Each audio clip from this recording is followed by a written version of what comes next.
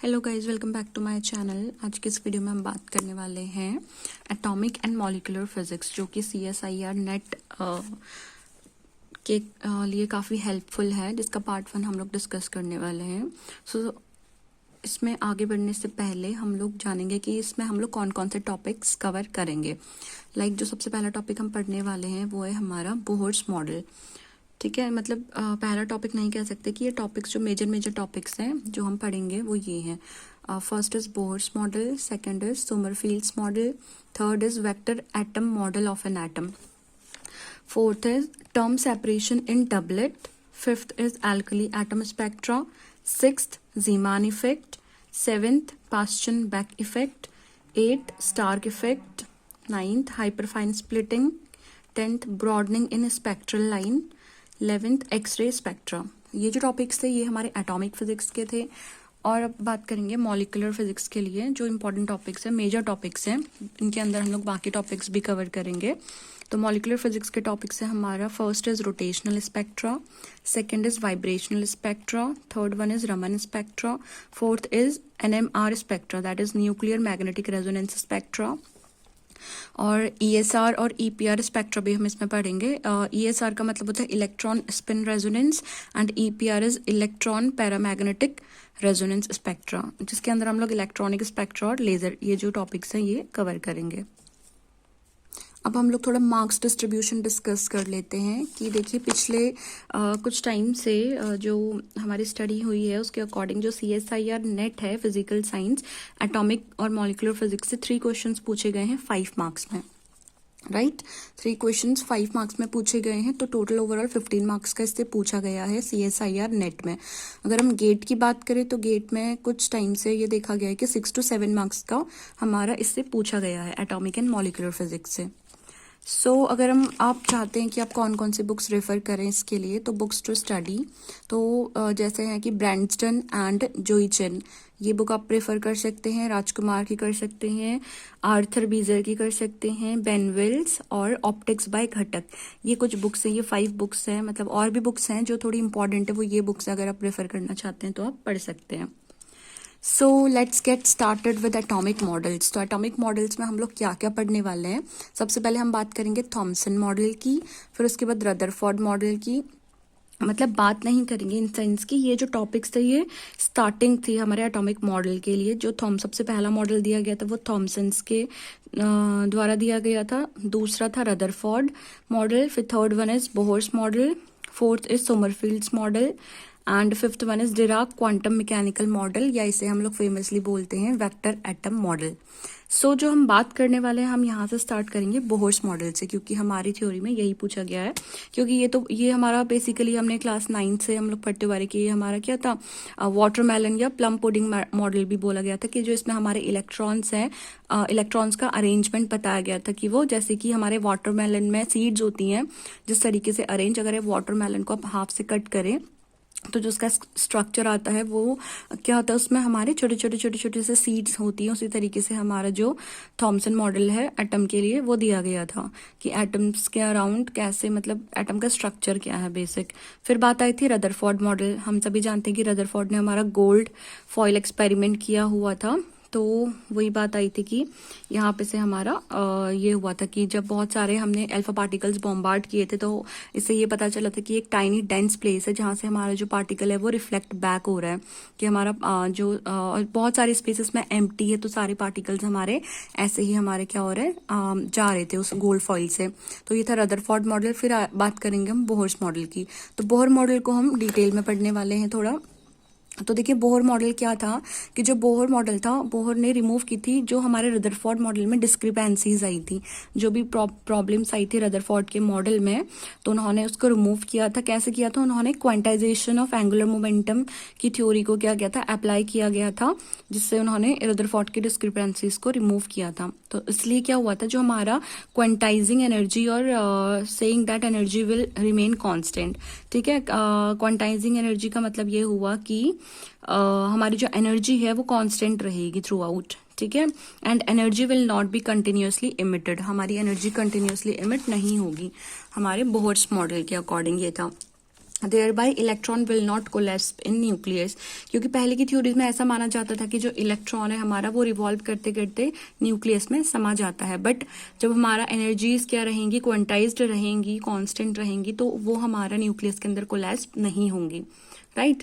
तो इसमें था हमारा दूसरी जो हमारा इंपॉर्टेंट टॉपिक है इसमें वो ये है कि Bohr's theory of hydrogen like atoms.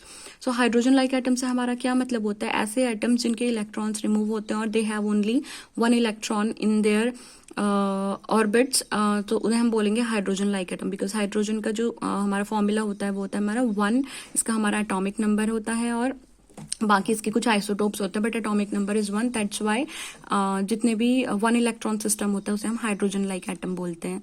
सो जैसे एग्जांपल के लिए हम देख सकते हैं कि जो हाइड्रोजन लाइक एटम्स होते हैं वो होते हैं हमारे hydrogen, helium positive, lithium 2 positive, beryllium 3 positive, boron 4 positive.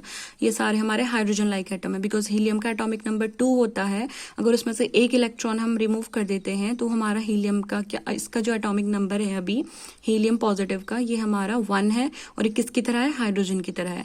Similarly lithium का जो एटॉमिक नंबर होता है वो 3 होता है, तो उसमें से अगर हमारे 2 इलेक्ट्रॉन्स निकल जाए, we are left with only 1 electron, और ये किसकी तरह अगेन होगा, हमारा हाइड्रोजन की तरह। सिमिलरली बेरिलियम के पास होते हैं हमारे 4 इलेक्ट्रॉन्स, 3 इलेक्ट्रॉन्स रिमूव हो जाते हैं, और इसके जो शेल है उसमें हमारा सिर्फ एक ही इलेक्ट्रॉन रहता है। That's why it is also similar to the hydrogen atom, that's why it is called as electron 1 electron system और हाइड्रोजन लाइक एटम। सो इसी तरीके से बोरॉन 5 होता है, 4 इलेक्ट्रॉन निकल गए तो इट हैज ओनली 1 इलेक्ट्रॉन। तो जितने भी इस तरीके के एटम्स होते हैं वो हमारे हाइड्रोजन लाइक एटम्स होते हैं, and these all are stable, these all are very stable because they have only 1 electron in the outermost shell. So अब नेक्स्ट जो बात आती है वो आती है हमारी शॉर्ट लिव्ड एटम्स की, कि हमारे शॉर्ट लिव्ड एटम्स कौन से होते हैं। तो उसमें हमारा जो पहला नाम है वो है positronium atom. Positronium atom basically ये हमारे बाउंड स्टेट्स होती हैं इलेक्ट्रॉन और पॉजिट्रॉन के बीच की, so that's why these are short lived atoms, right. फिर आते हैं हमारे म्यूनिक एटम्स। देखिए म्यूनिक एटम से सिंपल से हम कह सकते हैं कि अगर हम एक इलेक्ट्रॉन को म्यूऑन से रिप्लेस करते हैं तो हमारा जो बनता है वो बनता है हमारा म्यूनिक एटम। तो यहाँ पे हम कह सकते हैं कि इलेक्ट्रॉन इज रिप्लेस्ड बाय म्यूऑन्स। देखिए यहाँ पर हमारा कुछ यहाँ पे मैंने मेंशन किया हुआ है रेंज के लिए कि शॉर्ट लिव्ड पार्टिकल की रेंज क्या होती है और लॉन्ग लिव्ड पार्टिकल की रेंज क्या होती है। लाइक शॉर्ट लिव्ड पार्टिकल की जो रेंज होती है वो अप्रोक्सीमेटली होती है 0.86 इंटू 10⁻⁻10 सेकेंड्स के आसपास होती है। और वहीं बात करें हम अगर लॉन्ग लिव्ड पार्टिकल्स की तो इनकी रेंज होती है हमारी 5.2 into 10⁻⁸ seconds, right. So I hope कि आपको Bohr theory of hydrogen atom थोड़ा क्लियर हो गया है। Next is our assumptions of Bohr theory की। बोहर थ्योरी के अजम्पशंस क्या लिए थे बोहर ने, जिसकी वजह से वो डिस्क्रिपेंसीज को रिमूव कर पाए थे रदरफोर्ड के मॉडल से। तो देखिए सबसे पहली जो हमारी थ्योरी थी, अजम्पशन था थ्योरी का, वो था कि जो हमारे इलेक्ट्रॉन्स रिवॉल्व करते हैं न्यूक्लियस के अराउंड वो एक सर्कुलर ऑर्बिट में रिमूव करते हैं, ठीक है। जैसे अगर हमारा कोई इलेक्ट्रॉन किसी न्यूक्लियस के अराउंड रिवॉल्व करे तो it will be revolving in a circular orbit, right.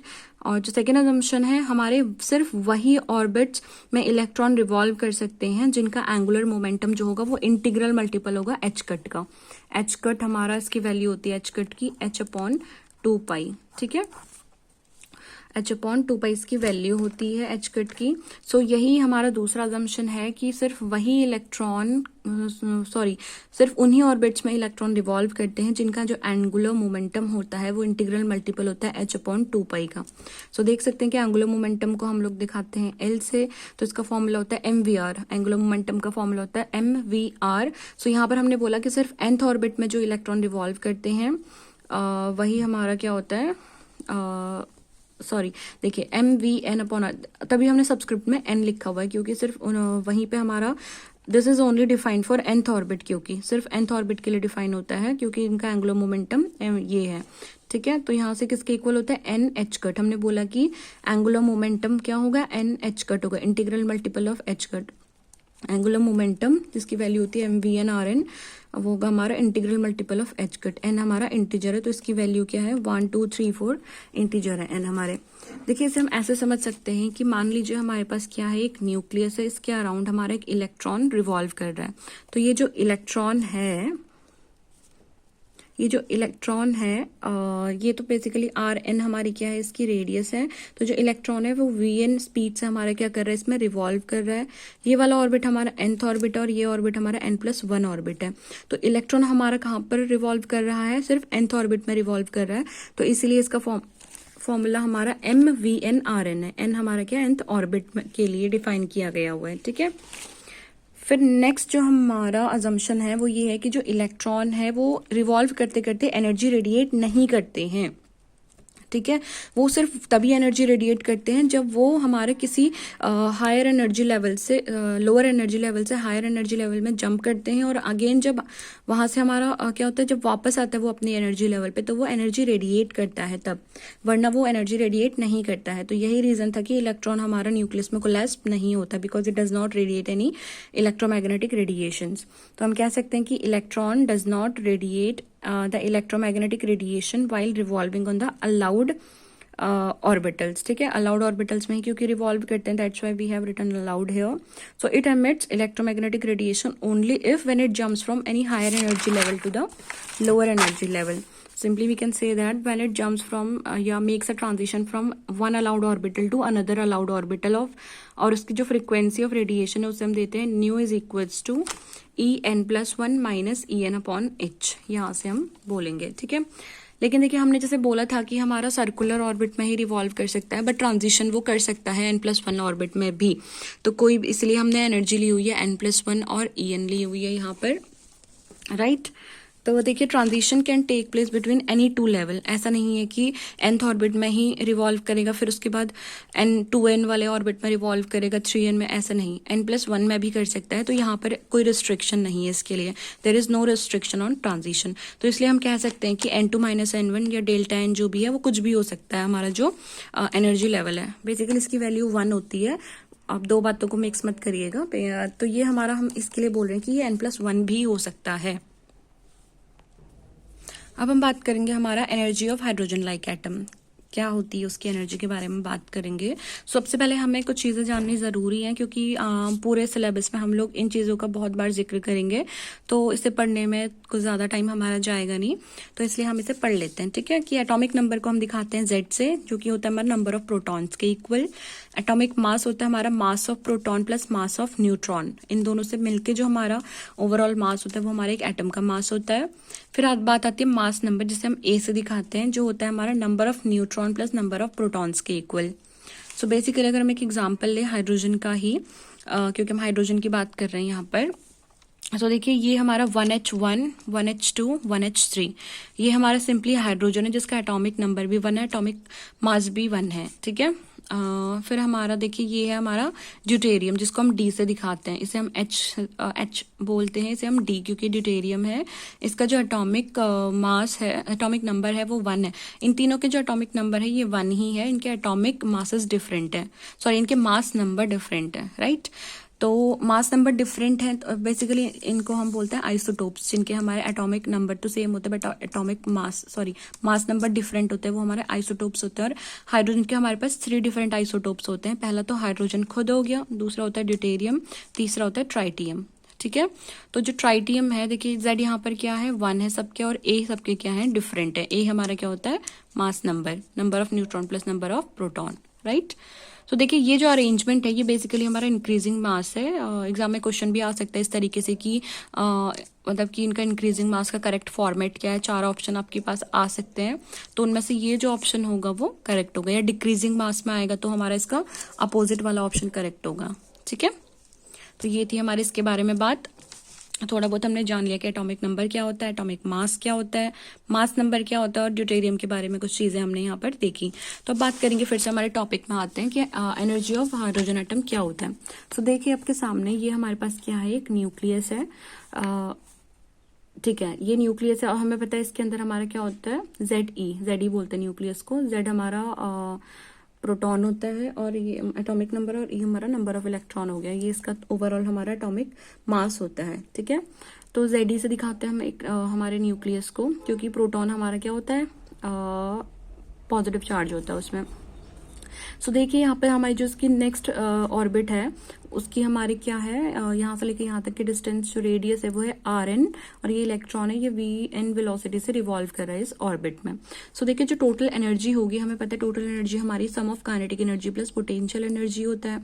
So kinetic energy का फॉर्मूला हमें पता है 12mv² होता है, बट यहाँ पर VN हम ले रहे हैं तो ये VN² हो गया। और पोटेंशियल एनर्जी का फॉर्मूला हमारा इलेक्ट्रोस्टैटिक से आता है, दो के बीच में जो होता है अट्रैक्शन वो होता है हमारा 1/4πε0 Q1 × Q2/R होता है। तो यहाँ पर हमारा Z क्या होता है, ZE इसका हो गया और E इसका हो गया 1/4πε0 ZE × E, तो ये बन गया ZE² 1/4πε0/R। तो इन दोनों को हमने क्या कर दिया, अगर हमें टोटल एनर्जी निकालनी है तो हम क्या कर देंगे, इसे इस तरीके से लिखेंगे, राइट। क्योंकि यहाँ पर हमारा चार्ज का साइन कंसिडर होता है, इसलिए ये यहाँ पर नेगेटिव आया, क्योंकि ये पोटेंशियल एनर्जी है, ठीक है। तो चार्ज यहाँ पर कंसिडर होता है, इसलिए इलेक्ट्रॉन का जो चार्ज होता है वो नेगेटिव होता है, तो that's why we write negative है। सो इसे हमने मान लिया क्वेश्चन नंबर 1। सो अब हम बात करेंगे नेक्स्ट, जो हमारा एंगुलर मोमेंटम वाला पार्ट था, कि जो हमारा इलेक्ट्रॉन उसी ऑर्बिट में रिवॉल्व करते हैं जिसका एंगुलर मोमेंटम NH कट होता है, integral multiple of H cut, या H कट की जो वैल्यू होती है वो H/2π होती है। H हमारा प्लैंक्स कांस्टेंट होता है। सो यहाँ से हमारी इक्वेशन बन के आई MVNRN इक्वल्स टू NH/2π, तो ये इक्वेशन नंबर 2 है। अब देखिए हमारा क्या होता है, जब भी हमारा जो हमें पता है कि जो हमारा इलेक्ट्रॉन यहाँ पे रिवॉल्व कर रहा है वो एक सर्कुलर मोशन कर रहा है, और वो भी यूनिफॉर्म सर्कुलर मोशन कर रहा है। तो जब कोई यूनिफॉर्म सर्कुलर मोशन होता है तो हमारा उसमें दो फोर्सेस लगती है, एक होती है हमारी इलेक्ट्रोस्टैटिक फोर्स और एक होती है हमारी सेंट्रीपिटल फोर्स। तो ये दोनों फोर्सेस आपस में क्या है, इक्वल हैं, तो दैट्स वाई ये हो गई हमारी सेंट्रीपिटल फोर्स। mv²/r होता है, तो mvn²/rn, और एक होती है हमारी इलेक्ट्रोस्टैटिक फोर्स जो कि होती है 1/4πε0 Q1 Q2/r²। Q1 यहाँ पर Q1 हमारा क्या है, ZE, और Q2 हमारा है E, तो Q1 × Q2 मतलब ZE × E मतलब ZE², तो ये ZE² हो गया 1/4πε0 ये हो गया, और RN², R² का मतलब RN², RN हमारी इसकी दोनों के बीच की डिस्टेंस है। सो अगर हम इसे हमने इक्वेशन नंबर 3 मान लिया ऑब्वियसली, तो अगर हम इन दोनों इक्वेशंस को सॉल्व करेंगे तो हमें क्या मिलेगा, हमें यहाँ पे से रेडियस भी मिलेगी इसकी और वेलोसिटी भी मिलेगी हमारे इस ऑर्बिट की, ठीक है। सो यहाँ से हमारा जो अब हमने क्या किया, इसमें वैल्यूज पुट करनी स्टार्ट करी। तो यहाँ पर हमने सबसे पहले RN की वैल्यू रखी, हमें पता है RN की वैल्यू हमारी है, देखिए यहाँ से निकालेंगे हम RN की वैल्यू, तो यहाँ पे से आएगी हमारी NH/2π × MVN, ये आएगी हमारी RN की वैल्यू। तो ठीक है, तो यहाँ से हमारा VN कितना आ गया, अगर आप दोनों को सॉल्व करेंगे और इक्वेशंस को आपस में रखेंगे तो आपका ऑब्वियसली सॉल्व करके यही आएगा, जो कि हमारा ZE²/2πε0 NH, ठीक है। तो ये हमारा क्या हो गया, इक्वेशन नंबर 4। यहाँ से हमारी क्या आ गई, इसकी वेलोसिटी आ गई, किसकी, इलेक्ट्रॉन जो रिवॉल्व कर रहा था ये वाला, ठीक है, VN वेलोसिटी से कर रहा था, तो ये VN की वैल्यू हमारी ये है। This is equation number 4। Next is our radius of nth orbit. Radius कैसे निकालेंगे हम इसकी, RN is equals to NH²H²ε0/πm ZE²। तो ये हमारी क्या आ गई, इसकी रेडियस। इसे भी हम इसी तरीके से सॉल्व करेंगे। हमने यहाँ पर बोला है कि हमारा 2 और 3 की हेल्प से हम RN और VN निकालेंगे। इन दोनों इक्वेशंस को अगर हम आपस में सॉल्व करेंगे तो ऑब्वियसली हमें यही आंसर मिलेगा। तो this is our equation number 5। इसके आगे हम नेक्स्ट वीडियो में बात करेंगे। तब तक के लिए बने रहिए, stay tuned, take care, bye bye.